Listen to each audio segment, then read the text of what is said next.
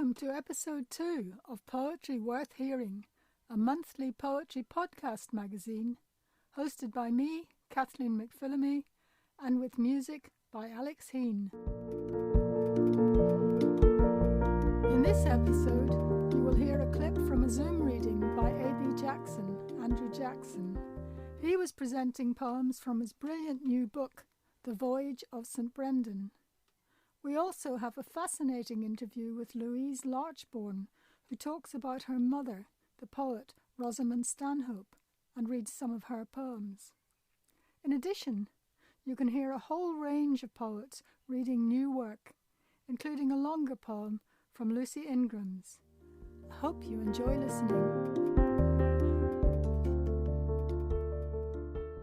And so now we hear from A.B.Jackson, reading from The Voyage of St Brendan and filling in a little bit of the background. I'm just going to be reading from the St Brendan poems this evening, and I'll read them in chronological order. I'll give you the broad outline of the narrative first to give some context for what I'm about to read, just to give you the broad story. St Brendan, and this is based on the medieval Dutch version of the tale rather than the earliest Irish versions. So St Brendan is really keen on books of fantastic voyages and mythological islands and faraway tribes and strange creatures. Eventually, though, however, he comes to believe that maybe what he's reading in books is perhaps just a piece of fiction and not really true after all. And in a fit of pique, decides to burn one particular book. His punishment then for this act of burning a book is to be cursed to spend 9 years at sea in search of various wondrous things so that he can prove beyond doubt that the world is as fantastic as the books suggest. And on the voyage, along with six other monks, is a scribe called Aidan, whose job it is to write down everything that they do encounter, so that by the end of the voyage, what they have then is an account, a new book of fantastic encounters. So it's a journey in praise of the power of literature and how precious books about these tales are. So that's Brendan, and that's the role of Aidan. The only other thing that you need to know before I begin is that the boat that they're sailing in is called the Cog, C-O-G, and that crops up in some of the poems. Alrighty, so starting pretty near the beginning then, with the fateful event, the burning of the book. Books were Brendan's love. At number 1, Amazing Tales, a vast compendium. Within, he found the mathematics salmon, the manticore, the breath-defying dragon. The doghead folks called cynocephali, a godless bunch who play the banjolele. The Arctic tribes who worship tiger seals, their ice-hickled cities on wagon wheels. The whale Jasconius, its mountain back all porcupined with oak and elm and ash. And inexpressible isle, its ruined fort with butterfly judges, heart's grief court. In time, this diet of ripe and rum detail weighed on Brendan. He sickened, grew pale. He craved, instead, a simple common sense in keeping with his rule of abstinence. These things, he cried, are figments, folderols. The truth is here, at hand. A linnet's carols, Kerry mountains, Christ upon his hook. And Brendan made a fire and burned his book.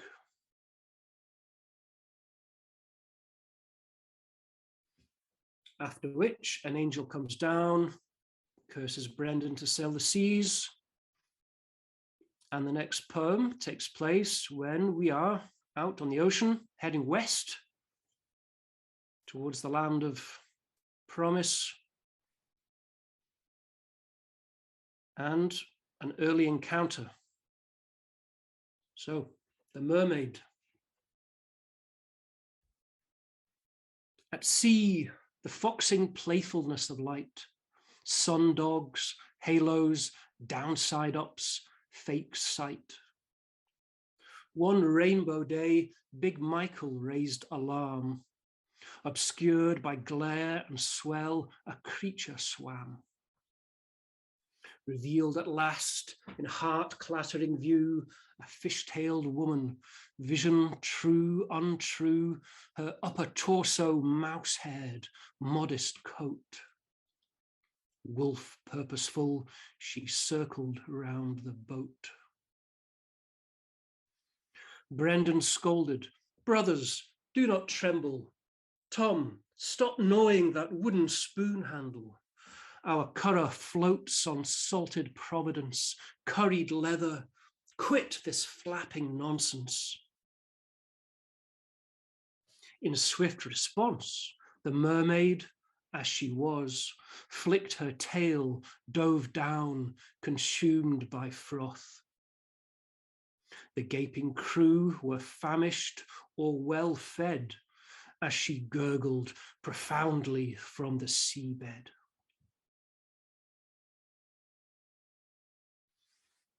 So there's our first marvelous encounter. The crew sail on. And so just to mention then that in terms of the form of the poems in the book, I've used 3 different forms. The first form, as per these first 2 poems, is roughly pentameters in rhyming couplets. One of the other forms I'll explain later on when I come to it. Easier to see it. So, sailing on, a strange encounter with some people on a mysterious island, the Clifftop Monastery.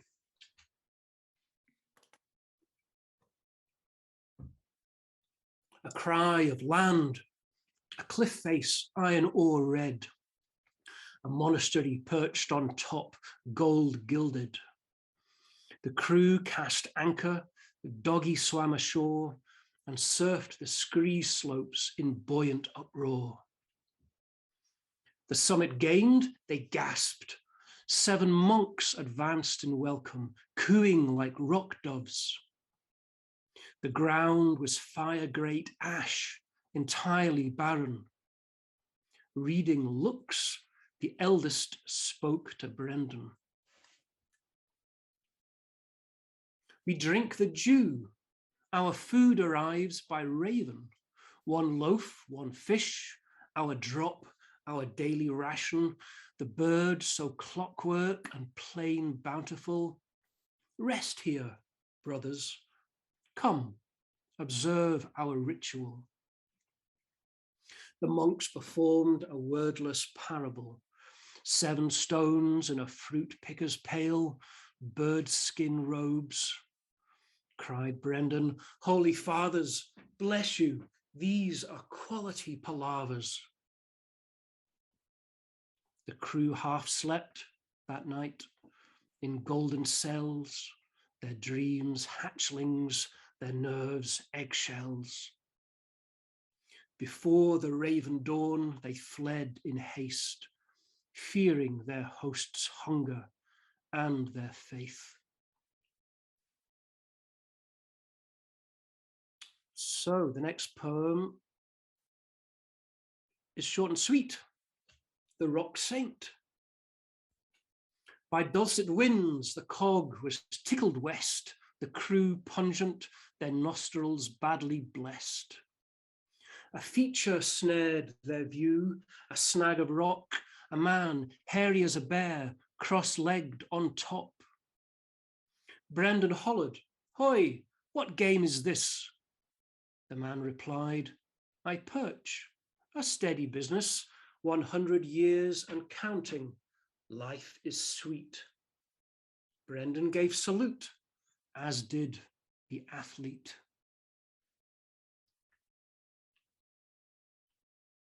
And a new form now. The early Irish poetry written between the 6th and the 12th centuries was by and large in syllabics. Now the syllabics I've represented in the books in various poems as well. So some of the poems are in alternate lines of 7 and 5. Some are in alternates of 5 and 5 or 7 and 7.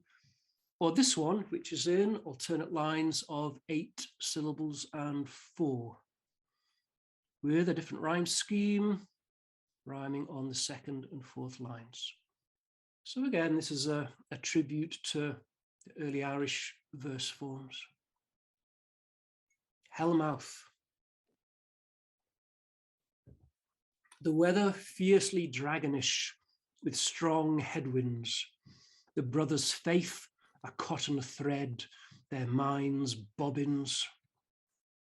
Ahead, a coastline visible, a scene most cruel, volcanic blast that feeds on air and human fuel. A packed crowd in that fiery pit who writhe and gurn, then some by detonation fly and fleck the sun. Devils with forks and leather flails maintain these lands, breeding horseflies and leeches fat as kerry lambs. Brendan spies a devil on shore and loudly cries, "Who are these tortured kindling folks? What are their crimes?"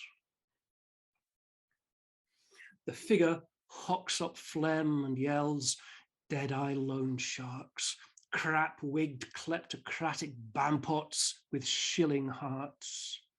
These parasites made profit off poor citizens. Their flesh is now a reddish clay. We fire their skins." A vile stench envelops the cog, her retching crew, as terraced theatres of flame slow fade from view. Well, we leave the crew of the cog steering away from hell as fast as they can. To know what happens to them in the rest of the journey, you'll have to read the book. Details can be found on the website PoetryWorthHearing.biz. And now, 4 poems by Inga Milful.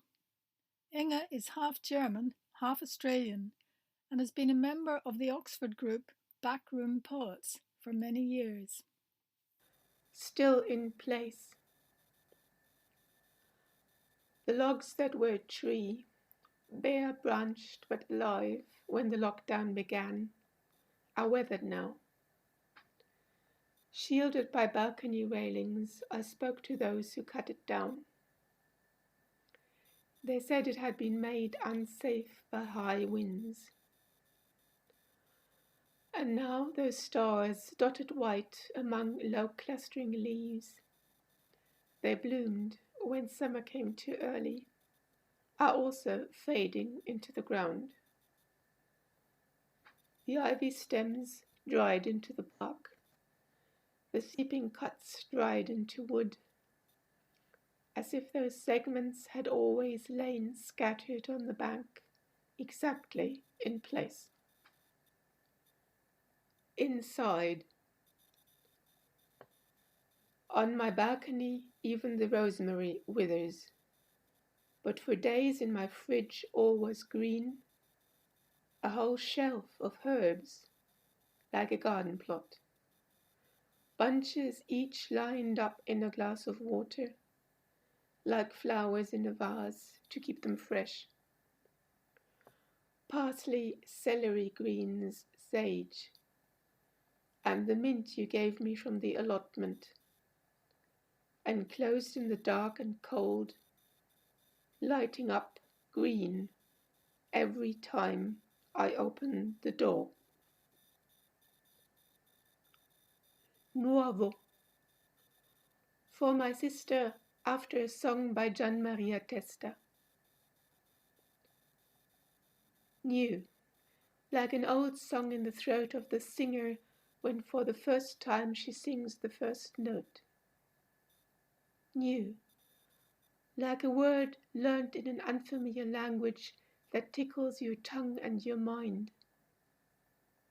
New, like turning a page and writing your next word in the blank top left corner. New, like a woman deftly slicing a cake that she herself baked at a friend's request. New, like the flame of a candle lit in February. New, like spring, the season that has not arrived, but will always come again. Too late. Acorns gleamed in the autumn sun, rich shades of coffee and cinnamon, among grass blades still green. Passing by oaks, I bent to choose an acorn for my palm, its smoothness for my company. Too late. I found that earth and hidden rot had claimed the underneath. And now, Stephen Wren. Stephen is a scientist, a university lecturer with a background in industrial chemistry. He's been heavily involved in organising SciPo events here in Oxford, events which have sought to bring together science and poetry. Here is his poem. This poem's about my mother and grandmother. Synapse Graveyard. You watched The Fly at the movies back in '58 and ran through the coal black. You were sucked out of the graveyard, shrieking, in time with your mother. You were seeking a journey home, away from hostile stone and the frights that the righteous cannot clone. You laughed by street lamps, speckles in the night, each one like a luminous runway light. Between Mum sharing this story with me and now, the information stimulus was converted to molecules, the bases of my memories. Like muscle memories, I want to hold that night in my hands, keep it safe, like new chemical bonds. I don't want the night to die in a dark graveyard. Hopefully my synapses have grown big enough. Diane Sanders is a poet and sound artist who lives and works in North Wales. She is reading 2 short linked poems, and unusually among the contributions I've received, she has included music or sound in her recording.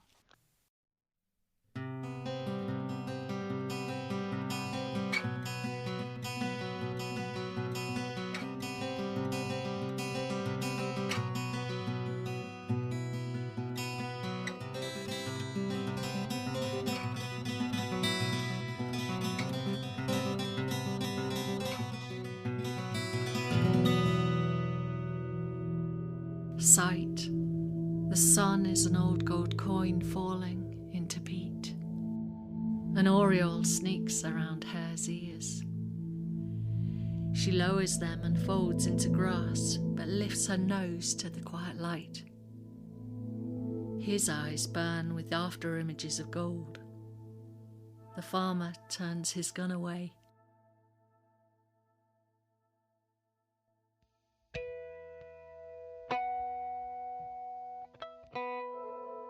Birth.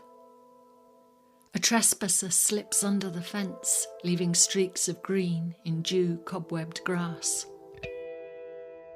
She comes with the dawn in a tangle of smoking breath, shadow boxing with birch shadows. A russet and black apparition, whose eyes glitter and flame with Betelgeuse. New life knocks at her belly, impatient for the taste of fresh grass. I watch her from the window as she races the merlin over the meadow, leaving 2 bleary-eyed leverets under the rosemary bush. And now, Ruth Aylett. Ruth's most recent pamphlet, Queen of Infinite Space, was published in November last year. She teaches and researches computing in Edinburgh. Chemistry. The only thing she knew about love was that chemistry was important.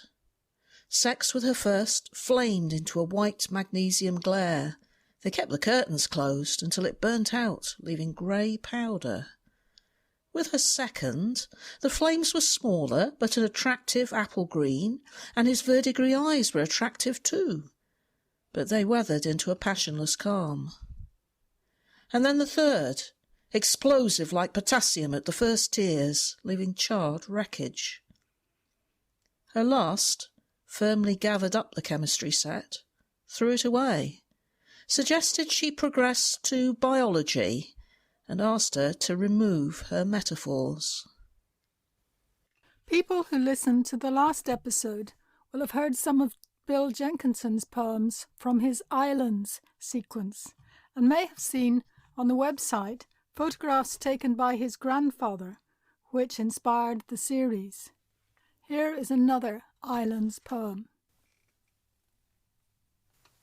Spell. Sister, swim bravely, carry my men within your warm sides, hold them on the water, bring them back safe, dance out head high from rock pools and kelp, leave them a care, the sweet-smelling flowers make for the sea, waves kiss the rocks in flurries of spume, winds snatch and play with the water, rippling and sparkling round the headland, clear in the sun. Fly, open your wings over the sea, carry your riders, find them their fishing grounds, bulge out their nets, keep watch over darkness, do not trust cunning, flee ocean storms. Sister, my holy one, fly over the water, bring back my men. We're going to leave the poems for a bit as we come to Louise Larchbourne, talking about the difficult, even tragic life of her mother, the poet Rosamund Stanhope. Louise ends by reading poems from Stanhope's 3 books, including So I Looked Down to Camelot, which has recently been republished. You can find more information about Rosamund Stanhope and her relationship with Louise, herself a poet, on the website PoetryWorthHearing.biz. First, she was a very glamorous rebel as a young woman, and she was at drama school. She would have gone to university, but she went to, her father was very wealthy, and she was sent to the kind of incredibly fancy girls' public school where it wasn't considered appropriate for girls to do any, serious studying. So she went to drama school and was evacuated during the war to a university, Exeter University, where she did something like, I'm going to go out with somebody from each of the colleges, I think she did. And this one particular man she found very interesting because she said he was so gentle and quiet. And some years later, she thought of him. I suppose it must have been the university, she's born in 1919. That would have been about 1939, I suppose, just at the start of the war, when she was evacuated, or maybe 40. And then a few years later, maybe 3 years later, I don't know exactly, she thought about him and she thought, I'd like to get in touch with him. And she wrote to him and she didn't get a reply. And she wrote again. And so she persisted and eventually, I think, sent him some gift, like a shirt or a tie. And he replied. And they then ended up getting married in 1945. And in November 45, and after their marriage, not before, he told her he had epilepsy. He also, she discovered, had a violent streak. So she left him. She left him for a couple of years. She was working somewhere, was approached by this man. So this married man with 4 children, she had an affair with him. She got pregnant. She then went back pregnant with somebody else's child. As a result of that, he was periodically sadistically violent to her. He used to beat her in a very calculated, sort of punishing way. was aggressive to me a lot of the time. And so that's what happened. And then in 1963, I wasn't in the house. He was doing something practical, which he never, ever did. He wasn't practical at all, generally. He was trying to fix a curtain rail, I think, and he called her to help him. And she had just completed a degree. She was probably heading for a breakdown anyway. She swore at him. They both swore a lot. So she swore, went up the stairs. She wore high-heeled shoes, went up the stairs angry, shouting, so making him feel terrible. And he pushed her. And boom, it's a short flight of stairs with a wall, obviously, at the bottom where the stairs turn. And she broke her back. She was, in the prime of her life. And she was a very beautiful woman. Another aggravated, this was horrible.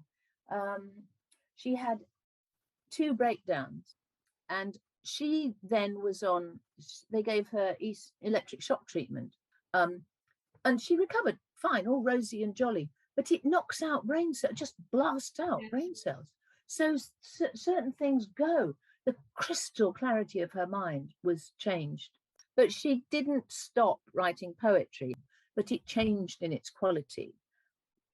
It seems to me that it's more wishing to be reflective or satirical. And sometimes that works, and sometimes I don't think it works so well, because her instinct is that sort of the powerful, visual, lyrical. She didn't socialize, really, hardly at all. She didn't have that dimension hardly at all in her life. She just had the managing of everyday life and writing. She just wrote in all the gaps. Her first published poem was published in the Poetry Review when Muriel Spark was editing. I think that first song, might have been written before her marriage. She stopped around 1990. It was about the time that the 2 Peterloo collections were published. And also she got Poet of the Month in Poetry Review, sort of rather nice curve, completed curve. So this is the first one, the one that was published in Poetry Review. Love that is bound has gone with the late alchemy of stars at dawn, affirming as they die what day's accustomed clarities deny. Love that is lost remains with the green advent of next season's rains that start the trees to flower through their impetuous, unreported hour. So, and that's another of her themes is love, though it gets a bit crowded. And another thing I notice is how sad, understandably, because even before her back was broken, she was in a horrible situation of her own making, but tragic. And it comes up in many of the poems in So I Look Down to Camelot. You can feel this sadness, and the reader may wonder why. So another one, I was the one thing in the world that she thought she wanted. There's a couple of poems that were inspired by things I said as a child. And I remember this man. There was a man, we used to go to my grandmother's a lot, my mother's mother, and there was a doctor there called Dr. Black. And just a man, a tall man. And I said to my mum once, don't you think that Dr. Black's a river-looking man? My mother knew what I meant as well. And she wrote this. It's called A River-Looking Man. A river-looking man, as April as the sedge, came and sat in my hedge and fished the morning by. Did he rake his coil with a pin? Did he silk his line with a fly? Did he grub the tiddlers in, or coax the singular bream? I do not know, but he was by the morning and minute stream, as trout and minnow are, dragonfly and daw, salmon creel and jar, expensive as the sun that buys the exquisite grass where the reel and float of time bait on the drink of a dream. And by the way, door, dragonfly and door is D-O-R, which I didn't look up, but I remember that it's some sort of creature. That's a fairly typical poem in that her use of language is, you just have to surrender to it, you know, and it's slightly obscure and quite beautiful. Now, the other one that I've thought of that bears on me, I read again. It's not me, well, it is me, but it's not, because this is the only one in which she expresses the core of this deep unhappiness, I guess, that she was experiencing in the life that she had. And it's called Your Kiss, My Linnet. Your kiss, my linnet, your arms that close on the twofold minute create our loss. And from your face, my preterite present peers, grief deep in older years, and ties my hands, and knots my snare, and limes my grave, that tried am for my wounds, convicted of despair, condemned to love. It's a hard one.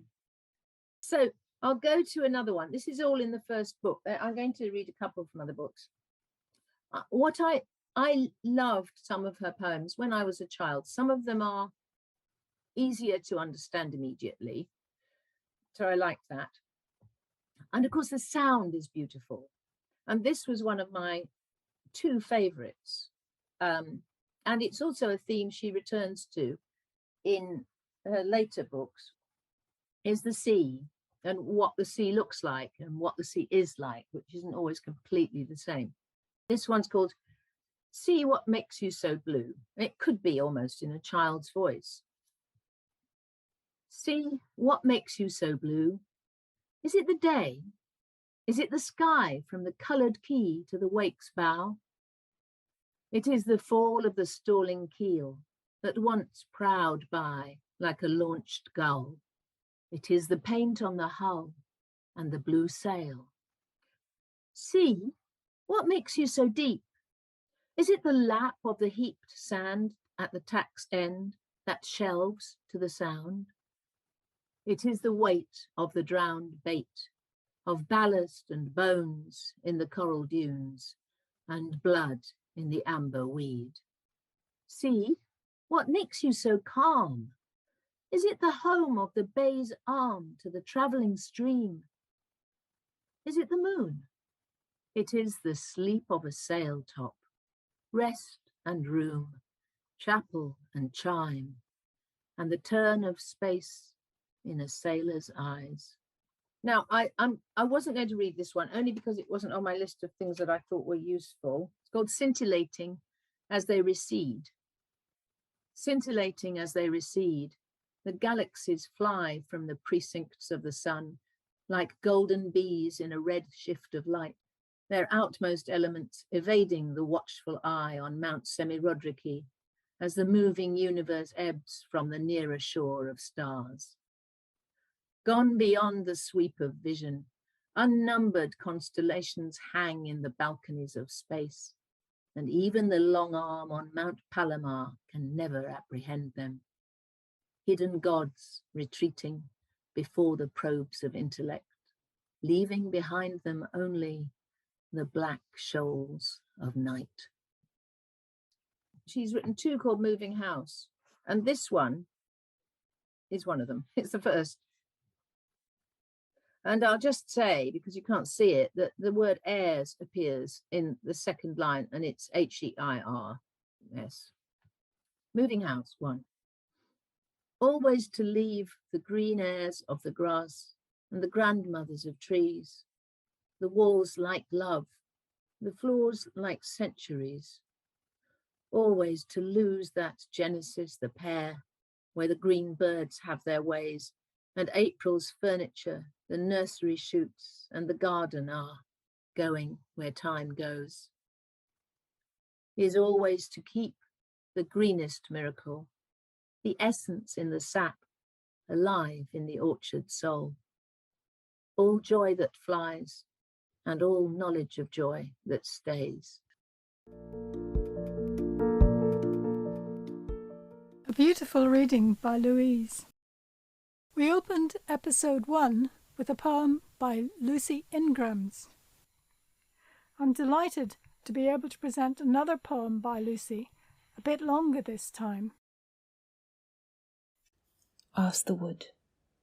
1, 2, buckle my shoe. 3, 4, knock at the door. What are you looking for? Asked the edge of the wood. What you know now was all I knew then to answer, and I followed hints in like Gretel. Flower hints, glints. The wood's new spangle and I grow acquainted. Celandine mats, a primrose patch, bloom on the nerve of my unfed sight, hitch into my carrying head. Comes a fork in the jackknife path, come spikes of light, neon moss, clefts of laughter chinking through me. Have you found it yet? Called the edge of the wood. I could only just hear. I was deeply in. 1, 2. I walk under the overstory, over the ground story, carrying spangle and laughter into a thickening quiet. 1, 2. Comes cooler and darker. Still asleep trunks pillar last year's leaf ash. Elf cups, Ruby the log litter. Wood, why are the cogs of your spring wound so tight further in? I call out. The heart of the wood was all round. Too close, perhaps, to call back. I was deeply in. No bird crotchet burst the bare air, no bubble of sun. Boughs leaned like joists. How do you do your both and? I asked the unanswering wood. Both comfortless here as a ruin and a project under construction. Comes a rise in the root knuckle floor, comes a fold in the wood. Just an inside pleat, I say to myself, trading like for like, and I climb, buoyed by low expectations. Trading like for unlikes more like it. The crest yields a wide flinging green, soft quilled ramsons lining a coombe, sucking on light through filigree beech, flattering every gnarled bole shoe. Still holding its breath, a stench to come, the zestful stench of wild garlic flowers. Is there anything more? Asked the wood through the quiet. 1, 2. No, I shake my yes. Under the stems I thought I saw a lain down face, a woodwoe's giant getting over his dream of night winds shoving the winter moon, lightning splitting the oak's held time, veins of bird-seizing ice. 3, 4. Comes what comes next. The green jack's beard is tangled with shoots. His eyelid flickers on jasper light. His mouth is stoppered with leaves. We follow that with something very different. Michael Climbs reads 2 poems inspired by memories of school and university. Rugby lessons. I learned life can be a bastard in the stud-potted rugby field. 2 days a week from September to December of private school conscription where I got my arse kicked. I remember flanker Josh on the edge of the scrum. He specialised in squashed ribs and his best mate Doug cut you off at the knees. There was Christian, the size of a Viking axe, who could score a try by running with 3 of us, barnacles on his coral reef thigh. We had crazy Dimitri. He ran cheetah fast, but did not last long. His lungs smoked too hard. Then there was me. I was not the fittest one or best card, but second row in the scrum. I was the shyest ball handler in the team, hated being the centre of any attention, as it only brought black eyes and a bloody nose from refereed bullies and afternoon psychopaths.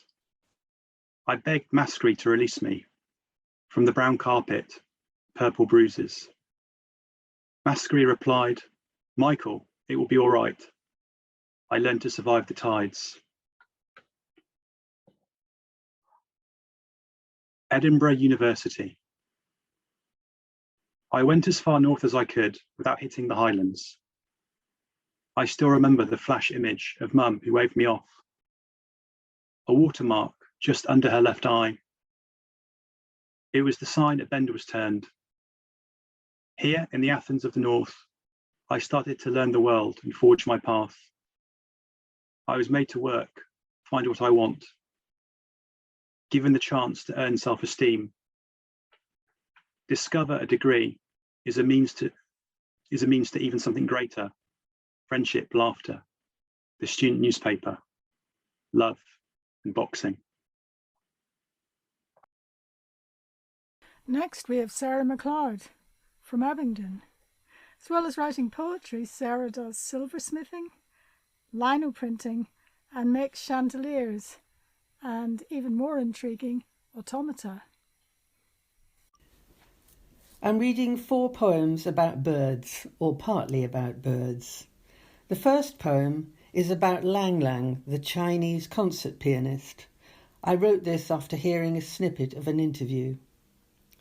Lang Lang's piano tuner.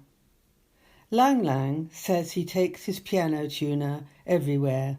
It's as if he folds him and tucks him into his top pocket, neat as a handkerchief, beside a tuning fork, pronged like a beak. When the piano tuner is alone with a Steinway in Central Park or the Mirror Room at Versailles, with mutes to isolate strings, his ear to the wires, he pings the tuning fork till it sings like a bird. Lang Lang sits at the piano. His hands hover, splay-fingered as wings, poised to invoke thunder from his fingertips, ripple like liquid over the keys, stroke the black and white of them, evoke the blackbird and dove of them, until murmurations of minims quaver the air, as birdsong flies from the piano's throat, note after perfectly tuned note. I'm learning late about birds, and I find the heron particularly fascinating. Heron in Port Meadow. A fizz of wasps stripe blades of grass. Dock leaves rub the nettle stings. Worms tunnel down to explore the earth, for this is how the meadow sings. A darkly cloaked intrusion of rooks alters the shape of the sky. Among trees, the winged explosion turns autumn leaves to butterflies. Wonder at the small things, the coal-black beetle and the fly, the hawk moth that hums while it dusts itself, as waxwing sighs his whistling sigh. The heron is here, a preacher poised in the meadow's sudden hush, a venerable thing about to preach on lark song and the flight of the thrush. A short poem about how we feel in these times. Cracking the blackbird's egg. My voice is muffled as if hushing expletives. My heart flashes hazard lights. As dawn switches on the day, my breath labours air from bellows. I stretch my arms, reach out to touch the invisible membrane. Wait for the day to crack open the blue with its offering of far-off birds that freckle the shell of the morning like a blackbird's egg. And finally, sometimes I think we should all be a bit more bird. It might be better if we just laid an egg. not have a womb loaded like a gun at war, waiting for the big push. Just a womb, snug as a nest, that lets the oval egg bask in its heat, coddled, swaddled in a fluid sheened shell, cuddle it in cupped hands, listen to its heart tick, bathe it in a warm bath as if bobbing for apples, wrap it in an old cardie until the day, tap tap, a crack opens like a door, and out comes a baby, fully formed and perfect, with none of the faff. And now Richard Lister, with two poems very different from those, and from each other. The Art of the Tie. My tie's an abstract zing amid this room of piled up papers, plans for flood defence marked up in red, every action logged and justified, times claimed by code, but no stacks of kindling for poets' lines, just this scrap of cloth. King Louis hired Croatian men to fight his wars, liked their look and took it to his court. For this, I wear a tie. A man's neckwear shows how he wants to be seen, and his footwear how he sees himself. My shoes are bruised, and tie a jazz sweep of half-blended blues, rose and arcs of flame. It singes every note and longs for air. Normally, I hate them, socially desirable strangulation, but for now, its art evokes a me of incandescent sparks. Lying in the road. Heading east from Nairobi, dust lines my window, the taxi headlights dim as breath in the gloom. The road is crumpled, potholed, unmarked. Cars slide past too near to touch. Billboards tell me banks care for me. Mobiles carry whispers. A Coke will change my life. An animal lies in the road, the long neck of a giraffe, or a trousered leg with a man's head turned away. The taxi man dismisses a drunk from the slum, steers past, and I think about calling the police. At night, in Kiswahili. We drive on, and darkness swallows the road, the thought, and the man. Next comes Sarah J. Bryson with two poems. Lost. She says she can describe her grief as an irregular shape, heavy. Says she can't put it on a diagram of her body. It doesn't fit. It exists in a nebulous way, changes colour when she's not looking. She says mirrors will not show us people from the past. The faces of the dead are faded and forgotten in time. Each of us has our own life cycle. We know this. When I am lost, she says, I do not find my way home by instinct, or by the stars, or by the full round moon. I rely on roads, signposts, maps, technology, or maybe find someone to walk with me, even if that person also feels untethered. Perhaps that is better, to find the way together. Memories. We start in the back room, where you have a bureau stuffed with letters, cards, invites, old ribbons, badges, travel brochures, holiday mementos, pens, envelopes in every size, a box containing shrapnel, more pens, chocolates, white with age, an old book, a school prize, unwritten cards with mismatched envelopes, a miniature carved ivory vase, perished elastic bands, old photos, loose, a box of photos, another envelope stuffed with £20 notes. We count £360. You puzzle over that, try to rationalise why it's there, like the money we found in the saucepans and the cash in the sponge bag. You put those thoughts aside when you open the next box. You want to tell me the story for everything. Try to remember who's who in the black and white images and faded Polaroids. I have to push so little time. Keep it, throw it away, or give it away.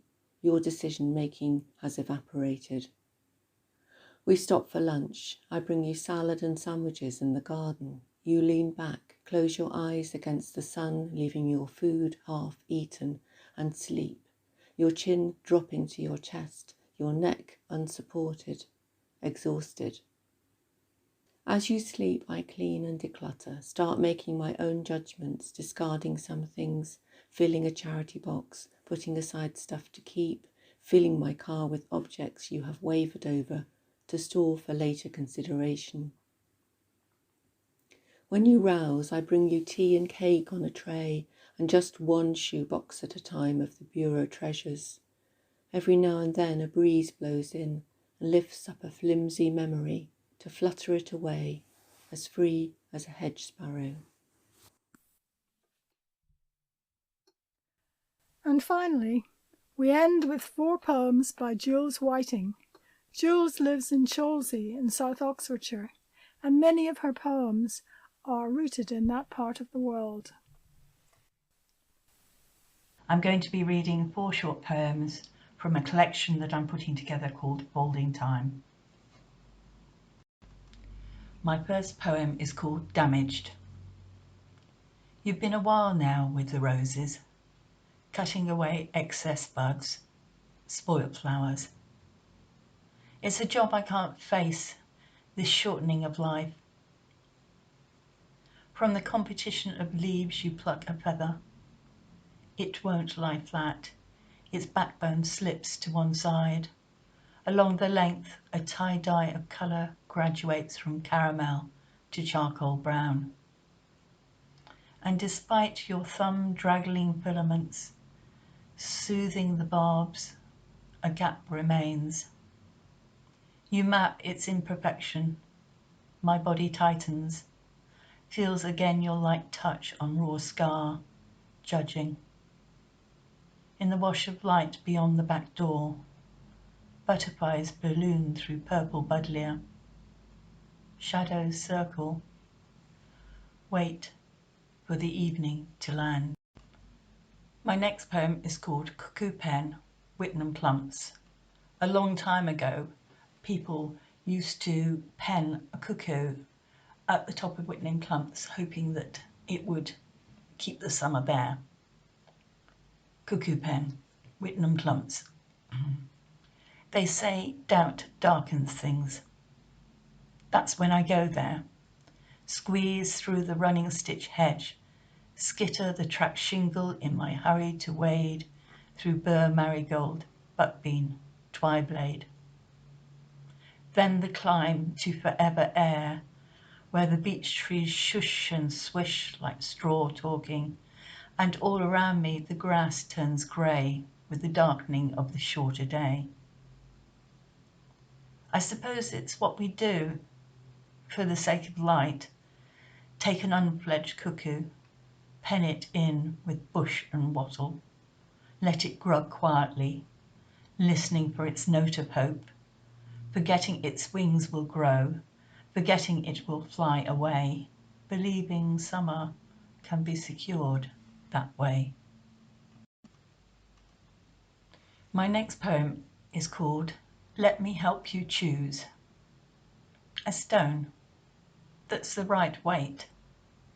Place it on your chest so you can feel it press through your skin. Don't panic as it lodges inside your lungs or rises up your throat. Clamp your lips together. Let it knock against your teeth. Keep it in. The rush of air, the pressure on the roof of your mouth, the keening will split your nostrils, crack your lips. It will feel a lot like grieving. And my last poem is called Lollingden Downs. So I have known this life, these beads of coloured days. John Masefield. So I have known this life full of blackberry wild afternoons, where field lines were freckled with trees, and low lights stretched the shadow of sheep, and elderberries bloomed on ruby pink stems. I need to tell you not to dawdle in a turn to dust field, or breathe a past you cannot live. Instead, take that track to the old rabbit run. Find the 2 squash beds of green where deer have lain side by side and left behind their broken warmth. Seek out that bramble hedge where I reached out, made the soft pull. Break the connection between fruit and stem. Let its blackberry kiss stain your lips, linger on your tongue, and know that we were the string that threaded these days of coloured beads. And that's it for episode 2. I hope you've enjoyed it and that you'll visit PoetryWorthHearing.biz to see the poems and discover more about the poets. Episode 3 should be out on or before St Patrick's Day, but I'm still looking for contributions. Clear your throats, switch on your microphones, send me a recording. Thank you for listening.